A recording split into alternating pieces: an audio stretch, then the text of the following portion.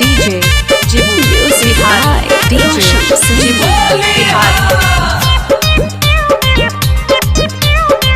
DJ Jibu Bihari DJ Jibu Bihari।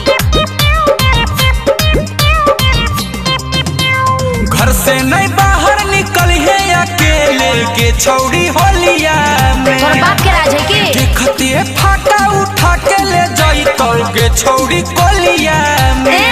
क्या कर दिन भारी हो गले। घर से नहीं बाहर निकल है अकेले के छौड़ी होलिया में। हाँ देखते फाटा उठा के ले जाई तो के छौड़ी कोलिया में। चल चल जने कादो माटी से लेटाई दे कादो माटी से लेटाई दे तो चोलिया बाभन टोलिया में। कादो माटी से लेटाई दे तो चोलिया बाभन टोलिया में। कादो माटी से लेटाई दे तो DJ Jibu Bihari DJ Jibu Bihari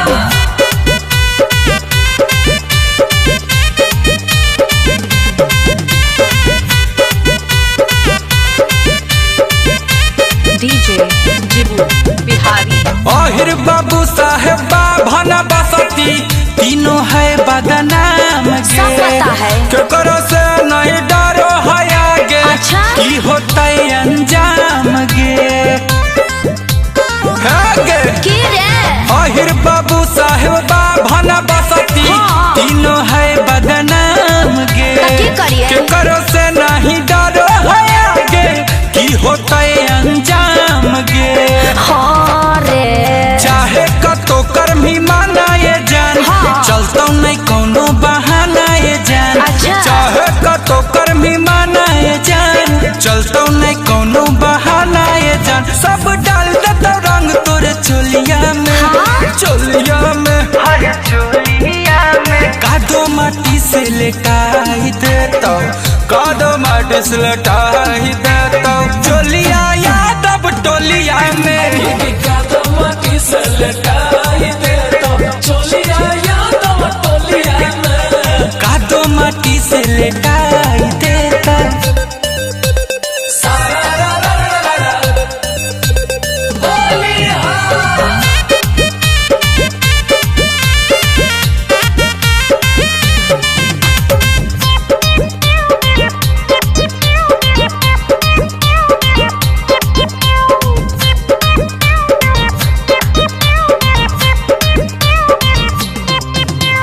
भर फागुन छौड़ा सबके मूड रहो है बन लगे। केतना के समझ गे छौड़ी पिचकारी रहो है तान लगे। भर फागुन छौड़ा सबके मूड रहो है बन लगे।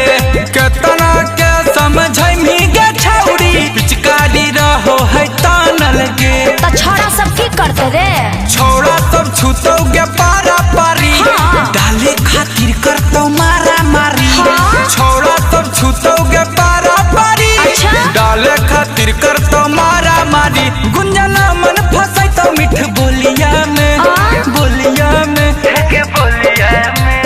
कादो माटी से लेटाई देतो कादो माटी से लेटाई देतो चोलिया बाभन टोलिया में। कादो माटी से लेटाई देतो चोलिया बाभन टोलिया में। कादो माटी से लेटाई